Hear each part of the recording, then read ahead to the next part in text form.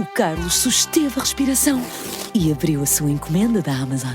É um novo aspirador robô que vai deixar o seu chão impecável por um preço muito mais baixo do que ele estava à espera. Para o Carlos, é 5 estrelas. Desde aspiradores robô a eletrodomésticos para a cozinha e muito mais. Encontre os produtos com as melhores opiniões a preços que vai adorar hoje mesmo na Amazon.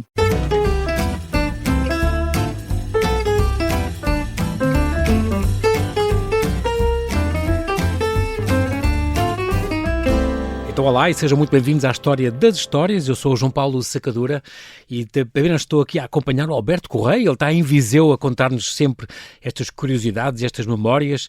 Hoje falamos de uma coisa muito curiosa, de Santos Evos, é uma freguesia do concelho de Viseu, e dentro do Santos Evos vamos falar das fritas de centeio.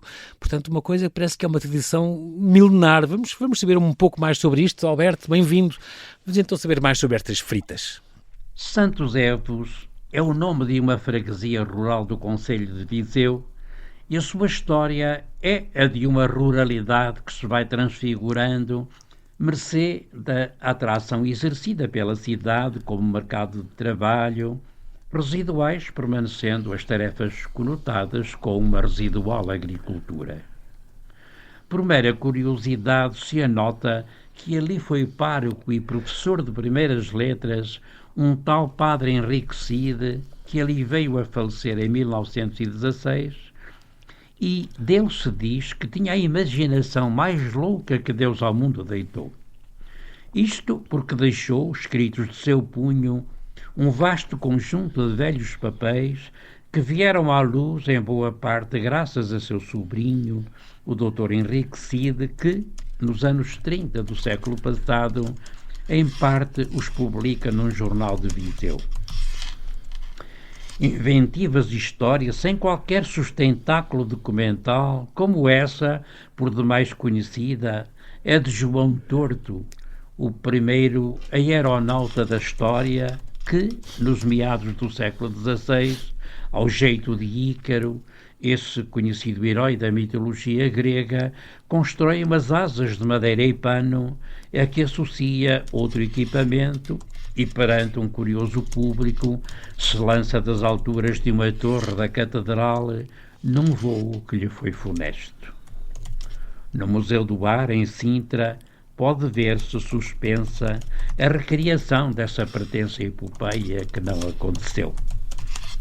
Volto a Santos Evos para dar conta do registro de uma curiosa receita que perdurou até há um tempo não muito recuado e de que se guarda viva a memória. As fritas de centeio, cozidas sobre um testo de barro, um saboroso manjar confeccionado a partir de um elementar ingrediente, a farinha de centeio, que resultava de uma ainda abonada produção local deste cereal de pão, que vinha em taleigas dos antigos moinhos do rio Sátão e da ribeira de Dornelas. Fermento, sal e água para amassar e fritar, e depois esse inventivo pormenor de caldear o produto resultante numa mistura de água e açúcar, uns polvilhos de canela, e maravilhas se tornava a noite boa da consoada ou o jantar familiar na anual festa dos oragos dos vários povos integrantes da freguesia. Evoca-se, ao fazer este registro, o distante neolítico, esse mágico tempo da invenção da agricultura, da domesticação dos primeiros cereais de pão, o jeito de uma qualquer Eva que trouxe à primeira mesa o pão cozido. Evoca-se a invenção da cerâmica, o gesto criador, quase magia, da primeira oleira, porque foi mulher a primeira modeladora do barro depois de Javé. E foi numa quadra qualquer que uma mulher, um dia, uma mulher em Santos Evos, amassou na cozinha, em alguidar de barro, uns arratas de farinha de centeio que o trigo rareava. Deixou-lo vedar e depois, modelando pequenos bolos, foi-os colocando sobre a largura de um testo de barro levantado à lareira, sobre uma trempe de ferro pousada sobre o brasido. A massa do pão alourou de um lado e outro alourou. Um pão de jeito antigo estava pronto, pão cotidiano de bom paladar, mas não era ainda manjar de festa.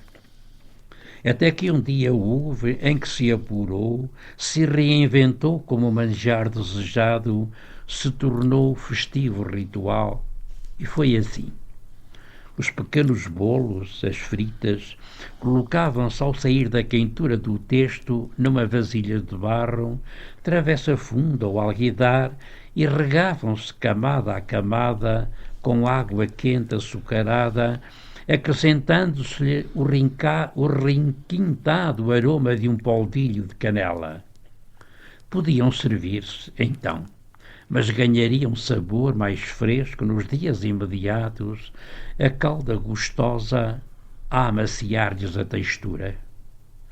Hoje apenas resta a memória do esquisito manjar, desse saber fazer que o Museu da Terra poderá guardar com os velhos registros dos campos de centeio das encostas que o arvoredo cobriu, o desenho dos moinhos que os invernos arrastaram, a arquitetura dos fornos de pão que essa já ali se guardou.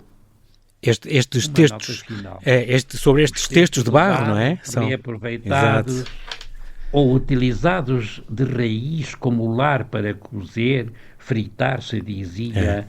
As fritas de centeio eram tradicionalmente feitos em modestas oficinas de teivas da freguesia de São João da Lourosa, não muito longe da cidade, lá onde tiveram fama os fornos de telha mourisca, a telha de canudo que ainda cobre telhados da cidade e de aldeias de uma geografia vasta. Muito bem, fica aqui esta explicação também sobre estes textos de barro que de facto eram reaproveitados e que eram feitos então em teivas, ali em São João da Lourosa.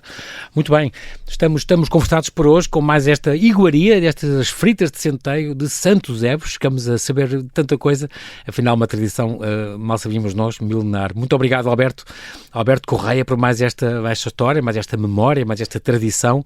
Marcamos encontro então para a semana e como sempre, para mais histórias e mais memórias. Muito obrigado, bem-aja. Então, até para a semana.